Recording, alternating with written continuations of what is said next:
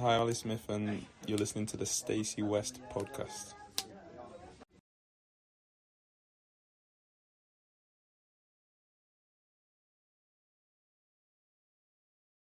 Song for the end. How about a song for the end? There we go then.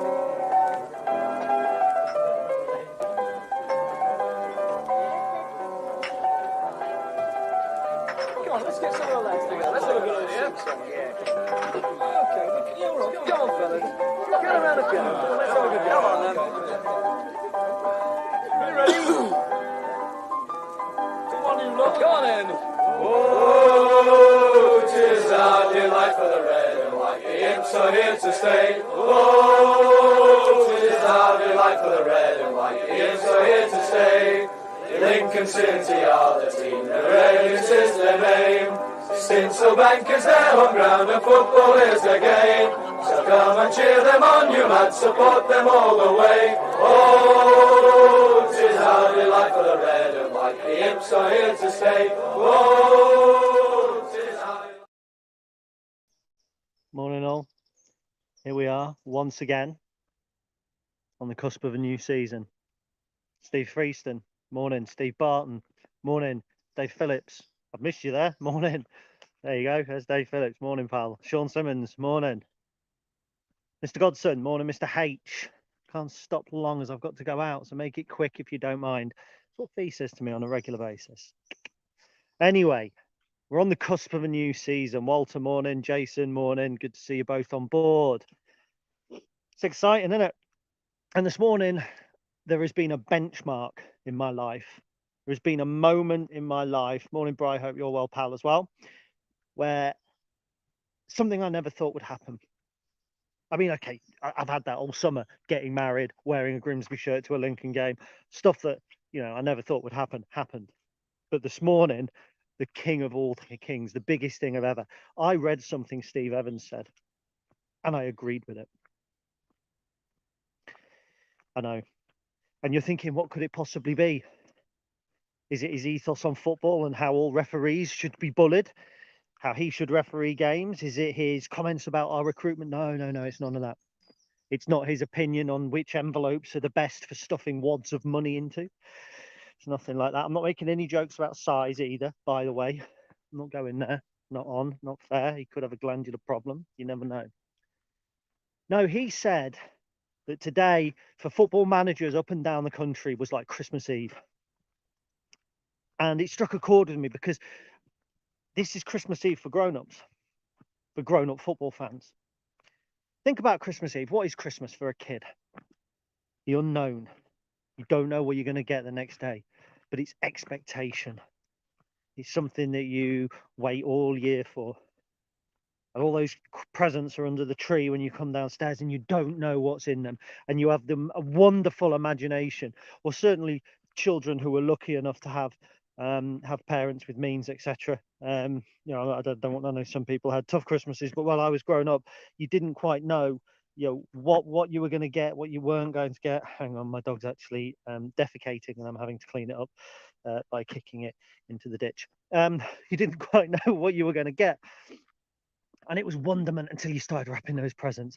And then it was either utter joy or utter disappointment. And we all had that. I remember one year I was certain I'd got the new Lincoln City shirt. It was the Pickfords one, the yellow Pickfords one. Certain. Left the present till last because I was so certain. Opened it up. It was a cardigan. Never wore it. Never wore it. And then there are years where you didn't really expect and unwrapped it, and there was a brand new Commodore 64 or Amiga 600 that you just hadn't quite realised you were going to get because your parents had had a good year. Now fast forward, you don't get that as a parent or as a grown-up. You know exactly what's under the tree because you've wrapped it. Christmas Eve is just another day where you're busy, you're stressed out, you're trying to do bits and bobs. You know, it's not, it loses the wonderment that it had as a kid. Today, right now, that's our Christmas Eve. Bob Harmston, he's on board. Jacob, good morning, he's on board. Malcolm's with us as well. Morning, Malcolm. Craig's on. Good morning, Craig. All of you, this is your Christmas Eve. Because right now, there isn't a football fan in the land who is so pessimistic that they believe 100% their side will get relegated. In our division, 4 sides will. Across all of the EFL, 9 teams. If you include the Premier League in that, 12 teams. 12 of the 92 will go down. You would be hard pushed to find that many sort of fan bases that generally believe they'll go down. This is our time, because under the tree is all those games waiting to be unwrapped, and we all have the best hope for them. And it makes me think about opening games of seasons past. I mean, we've had some great opening games. I mentioned it a little bit on the podcast about how we beat Preston one year. Preston, I think, went on to win the league. We won 2-1. We were bottom of the league and didn't win another game for about 8 weeks after that. And we'd got through a manager by the time we won another game. But it was a great opening day. Year before that, I remember going with my friends. It was one of the first football games I was able to go to without my dad or without any parental support. And I went to watch us beat Exeter, I think, 2-0. I think it was the first game. Tony Dawes scored. Football family. That's what Richard Godson says. Christmas is for families. The new season is our football family. It is. People I haven't seen all summer. All summer. And, they're part of the family. It's always a little bit different. I remember the last time we lost, I believe, at the start of the season, on the first game of the season, away at Rotherham, 2010-11, went with Jack Mulhall. I think Dad drove. My old man drove. I think we took Jack, potentially Billy Jarish, to that game. Still see those people now. Football family. And it's that apprehension. It's that, not apprehension, sorry. It's that excitement. It's anticipation. The new season. Remember a year ago, Exeter City at home. We have no idea what to expect. And we did a 1-24 on the Stacey West. Very, very few people put Lincoln to go down. Not the top 20 did. Jason says they've flagged us as a value bet to go down this season. Have they really? I know they've got us picked in 9th to finish 9th in the table this year. I've had to listen to that. So I don't think we're a value bet to go down with them. But we were last season, but none of us, nobody on here genuinely thought last season we're definitely going to struggle. Probably no Forest Green fans did. MK Don fans certainly didn't. And isn't that brilliant? Isn't that kind of the joy of Christmas encapsulated for grown-ups? Because you genuinely think the best. And we can all say, well, we're a little bit short here, we're a little bit light there, this might need to go well, this could go wrong, that's football, and that'll happen. And believe me, this feeling of optimism and anticipation and excitement may well have dissipated by the time we come off the field against Wickham in 8 days' time with, 3 really, really tough opening fixtures, by the way. Notts County away is as tough as we could have drawn from League Two in the Cup. And Wickham at home, above us last season in the table, tough. Bolton away, above us in the season last season, above us in the table. And there weren't that many teams who finished above us who went up. You think we finished 11th, so there's 10 teams above us. 3 of those teams have gone up. There was only 7 from the 24. What, 15% chance that we'd play one and then the other? My maths isn't that great. I might be wrong. Around there. Tough start to the division. We won't know a lot about Lincoln City, this Lincoln City, until September. Now, there's a difference there from last season. Because last season, we didn't know about this Lincoln City until Christmas. We didn't know what this Lincoln City even looked like until September. Bear in mind, in that week before, or the month before, we signed Jordan Garrick. He came in on loan. We hadn't got him in time for the big kickoff. We signed Jack Diamond. We signed Matty Virtue. We made significant signings heading through August. We're going into our first game tomorrow. The toughest game of the season, by the way, away at Bolton. Possibly only Derby on a par with it. So we go into what would be a tough game of the season at any other point of the season. More or less complete. More or less. We know that there will be 2 or 3 incomers to bulk up the squad. I think that's almost certain. There will be potentially 1 or 2 go out on loan. I don't know. But we're not going into the season like we did at Exeter last year, where somebody like Chris Maguire is going to have to play because we don't have the numbers, even though we know that he's going to play no part in the season overall. Or somebody like Tom Hopper, who, I like Tom, great guy, but I think we knew, a couple of weeks into last season that his path with the football club had come to an end. Certainly when he picked up the injury, it was a real tough time for him. There was a changing of the guard and it hadn't happened. And Mark Kennedy's interview yesterday I found really interesting. And I find Mark's interviews kind of enlightening. He's a very grounded man. but he was making it very clear that he had a clearer picture of where we were now than with last season. And I think that will be very evident in once we get underway. And Walter makes a good point. We won't know about this inside until September. Correct, we won't, but we know more about this inside right now than we did about the one 12 months ago. Certainly than we did about the one 2 years ago when we signed on Lunderloo and Chris Maguire and players like that who came in and kind of didn't do the job for us.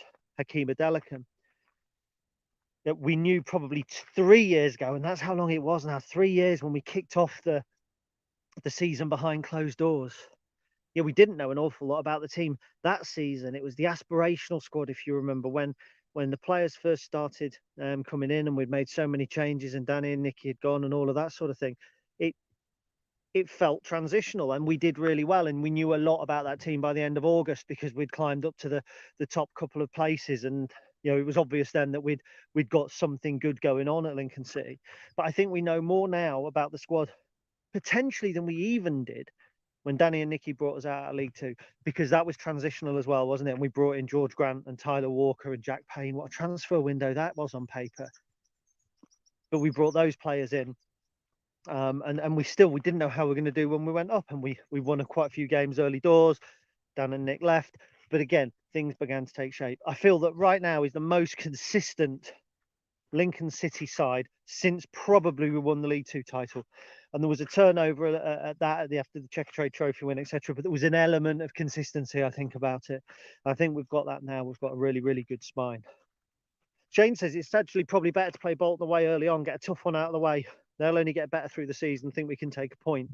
Yeah, they will only get better through the season. They've got better year on year, game by game. I think every single season. They tailed off a little bit at the end of last season. But since they were relegated and they had all their problems, Ian Everts made them better. One better each season. They'll be in the Championship this time next year. They might even be the Friday night game playing a relegated Everton or something like that. Make no mistake about it, Bolton are going up. And you're probably right. It is probably better to play these teams early doors.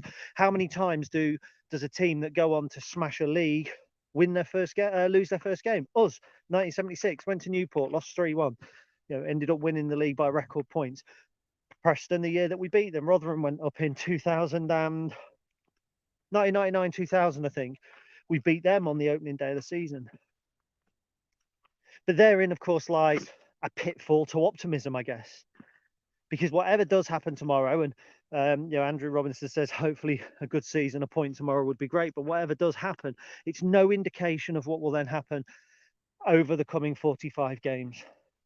And I think it's important to bear that in mind as we go through August. Shay makes a good point. Lost 4-2 to Barnet, won the G1 Vauxhall Conference. Lost our second game 3-0 to Weymouth that season. And right there is the reason that I don't need to tell you. There's 40 of you watching at the moment.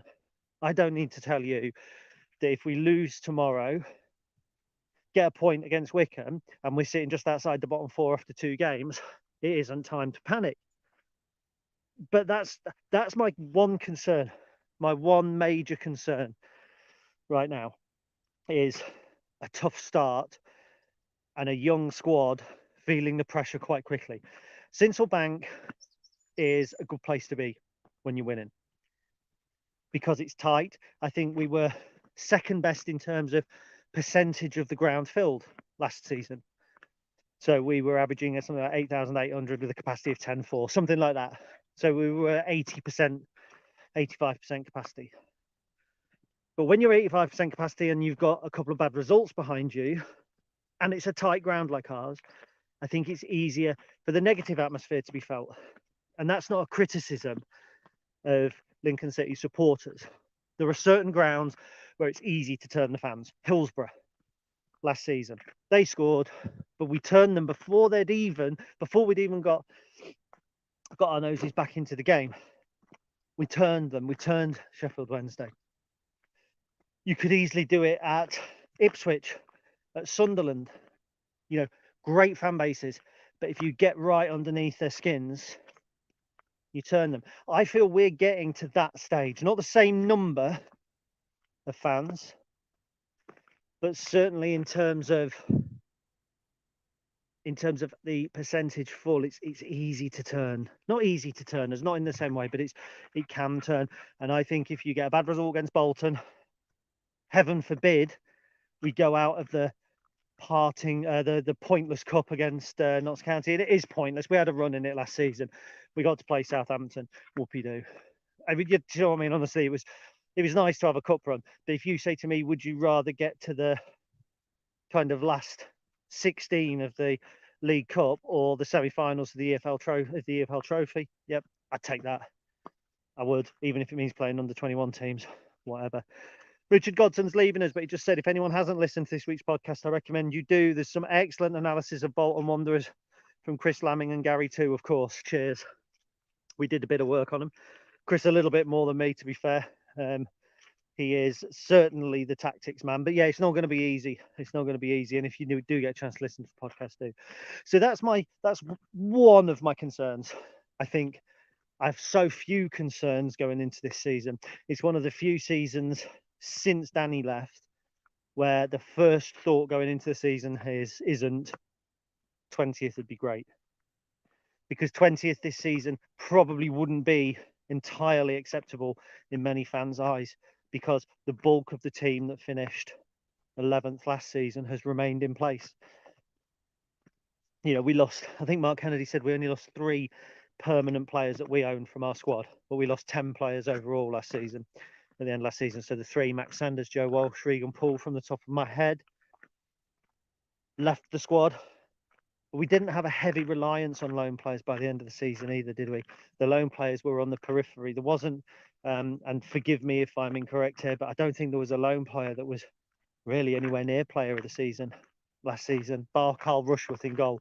Carl would be the only one. Everybody else was, you know, on the cusp. And I think since the Brennan Johnson and Morgan Rogers season, we've struggled a little bit with loans. They've been hit and miss. We've had some good ones in Lewis Fiorini, Brook Norton Cuffey, were decent loans. And look, Harry Boyce wasn't a bad loan last season, but in terms of having an impact over the full course of the season, as Bolton had, for instance, with Connor Bradley last season, have we really had that? I'm not so sure we've had one loan player that's been excellent all season long. I mean, even Matty Virtue, who, you know, a good midfielder, who, by the way, in my opinion, we've replaced with Ethan Hamilton this week. But even Matty Virtue had a time out injured. Bear in mind, he didn't join us till September, so you've missed a month of the season there. You know, it was probably 2 or 3 weeks before he got up and running. He was excellent for a while, then got injured, missed 2.5 months of the season. So, you know, effectively, Matty Virtue felt a little bit like a shorter term loan, because we didn't have him for the first month, and he missed another 2.5 months after that as well. So, but yeah, Steve Turner says he was a good loan. I liked Virtue. I wouldn't have been disappointed if he came back to the club this summer. I'm not disappointed with the way that we've replaced him either. Look, there's loads of media out there of me talking about this season, whether it's the podcast, this upcoming season, the podcast that we've put out. I've put some written stuff out. I'm feeling that excitement. I don't know about you. I'm not going to Bolton. 28 quid. I'm not paying more than 25 quid for an away game this season. I don't think that it's fair. And I see that we're taking 900, and fair play to any of the 900 that are going. I shall have a VPN hopefully and watch the game that way. I'd love to have gone, but you've got to take a stand at some point. 28 quid for a ticket. Northampton, I saw earlier today, we're charging £30 for Leyton Orient supporters to go to Sixfields. £30 to watch Northampton and Leyton Orient. Seriously, I wouldn't pay £30. Me and Chris went over to watch Dusseldorf and St. Pauli in November. I don't think we paid £30 between us for a massive stadium and 2 big clubs over in Germany. It's an absolute disgrace. And I know it's getting to be the industry standard, but it's a lot of people said that families are being priced out of football. Imagine some of you might be parents, some of you might be, mum, dad and kid wanting to go and watch Lincoln at Bolton. And it'd be costing you, what, 60, 65 quid? My good God. Good God. I mean, I don't know, especially it's a big stadium as well. I'm shocked. Dom says 28 quid is expensive. It is. John Davison says 20 is plenty. Yeah, do you know what? I don't begrudge paying 20 quid. And here's the madness. Here's a madness, right? went somewhere last season and it was Chef Wednesday. I can't remember how much it was, 24 quid, let's say. And I'm going, if it was 25 quid, I wouldn't go. But what would I think about putting a pound in a busker's empty guitar case, or in a charity shop? Or what do I think if I go in to buy some books in a charity shop and it's 8 quid and I give them a tenner and say keep the change, it's 2 quid. So it's actually not a huge amount. And so not going to watch Bolton because it's 28 quid, but saying I'd go if it's 25 quid feels a bit silly, because if I go in a pub and I buy 2 pints, I've spent probably 3 times as much. 3 quid's not a lot of money. For me, it's more about the principle. It's 3 quid now, it's 5 quid tomorrow, it's 10 quid. Do you know what I mean? That's where it goes. And Shane, I think, agrees, 25 quid at a push, but anything more than that is just ridiculous. And in fuel now, it's impossible for most to justify it. It is. And do you know what? I'm quite lucky in, Fee and I are both working. We don't have kids. I'm not saying it's lucky that we don't have kids. So in terms of financial viability, if I really wanted to go, I wouldn't be making a huge sacrifice elsewhere. I think my dog's rolling in fox shit. Can you see him over there? He's rolling about on the floor in the field. I better go and have a look. It wouldn't majorly impact me. So for me, it's more of a choice based on my belief that £25 is too much. And there are some people, though, who will go home and away to every single game, who are perhaps not in a similar position. They are families, etc., etc. Yeah, Dave, it's not funny. Honestly, mate, it's really not. We only bathed him on the Tuesday night. I just think it's bang out of order. And I admire teams for trying to do everything that they can to make football accessible for home games. And I think that we've done that as a club with the new cheaper area behind the goal. And I don't want that to sound like a stigma when I say that, where the tickets, let's say the more affordable area for people that want to be able to come and cannot. We've done the scheme where you can buy a season pass for people who can't otherwise afford it. I commend that. And I think it's hard when you're a club like us with limited away resources, balancing being fair and the money, getting money in through the door. However, everybody has to buy onto it. It's not good enough to say, well, Accrington need the money from Sheffield Wednesday, for instance, or Charlton, or whoever travels in good numbers, at Bolton, for instance, go in, and then say, well, Bolton are a big club, they could afford to let away fans in. I think there has to be some sort of line in the sand. And the thing is, if 20 is plenty, 20 is then plenty for everybody, because if you say 20 is plenty to go away, your maximum price at home has then got to be 20 quid.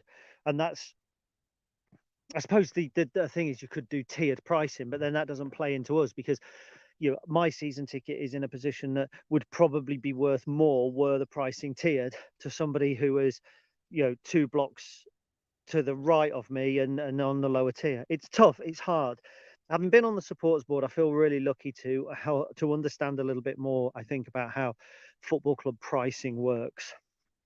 And it's things like it's not Coca-Cola Cup anymore, is it? Whatever the cup game is against Notts County. Like, I think we will have an idea of how much we would like to charge. They will have an idea of how much they would like to charge. And if there isn't an agreement there, then we would go to the FA and say, well, we think £10 enough for go to a League Two club. And they'll say, we want to charge £15. And I don't think that's actually bad. And then the FA will rule one way or the other. And I think it's interesting that sometimes your hands are tied by what the other clubs do as well. And for instance, if we want to charge 20 quid to away supporters, and then Bolton Wanderers charge 28 quid, what do? When you house your away supporters in one small stand where all the tickets are going to be the same, you've got to have an area then for the home fans where it's the same price. It's really, really difficult, and it seems much more straightforward. That said, £28 is too much. And Northampton Town, £30. Oh my God, for a game that was a League Two game last season anyway, in a ground that, unless I'm very much mistaken, only has 3 sides. Jesus, it's like buying a track day and then turning up at your track day having paid 100 quid and driving around in a Ford Escort with one door missing. Not for me. That £30 is too much. 20, I say 20 quid is 20's plenty. I will pay up to 25. I won't pay 25, by the way, to go and stand in a temporary stand at Accrington Stanley. I won't pay 25 quid for that. But if the facilities are okay, facilities are good, I don't begrudge it. I'll pick and choose. Certainly going to do plenty of away games this season. Stevenage, day before the birthday. John Davison makes a really good point here. At home games, you don't have the extra of away travel costs to games to add on top of an away ticket. You don't. But that's also something that then makes it very difficult for club structure and pricing if the away ticket, the cheapest away ticket, has to match the cheapest home ticket. So there is a pitfall there. But you don't, and travel is becoming more and more as well. And if I'm honest, that's probably more of the reason, one of the main reasons that I don't travel as much, because buses are expensive, and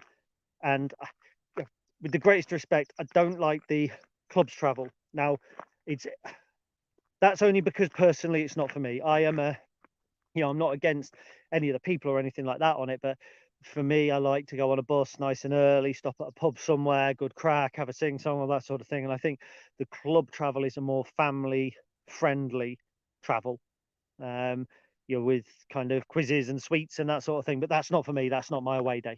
So I don't particularly go on the club sponsored travel, the club buses, although they do a fantastic job and have done for many, many, many years. So I like going on, for instance, Andy's bus. I like Andy Pearson's bus, great group of lads. Always as reasonable as possible in terms of cost. And when Warren Ward used to run one, it was the same with Warren. They're the sort of buses I like to go on. Stop in a pub somewhere, go 4 hours before you need to, that sort of stuff. But it is a cost. And when you start thinking about what does an away day cost, let's say 15, 20 quid on the bus. Let's say 25 quid for your ticket. There's 40 quid. Now you can go and buy a round for 5 people at the bar, and you won't have an awful lot of change out of a 20 and a tenner, will you? 30 quid at that point. You buy 2 rounds, you've got 100 quid day straight away. You haven't eaten at that point either. Away days are expensive. And when you've then got Bolton away on a Saturday, and then you've got Notts County away on the Tuesday night, and then you've got Wickham at home, by the way, if you're not a season ticket holder, it's really tough. And so it's easy to criticise attendance, and I do it with teams. I do it with Fleetwood. Fleetwood's average attendance last season would put them in the bottom 8. When we go away and you say, we've only took 900 to Bolton, taking 900 to Bolton, I think, is a really good effort. A really good effort at a time where some people are still on their holidays and all that sort of stuff. I do. And I think if in the end, if it gets up to 1,000, I remember us getting excited taking 1,000 to York in the National League. So I understand that. Kev Priestley makes a really good point here. Away fans can't go in the Bolton fan zone. What a disgrace. And I did see that last night, and it kind of gone in on one ear and out the other, because we were doing the podcast and there was the Elitra Huey move to discuss afterwards and all that sort of stuff. So it kind of went in one ear and out the other for me. That's an absolute disgrace.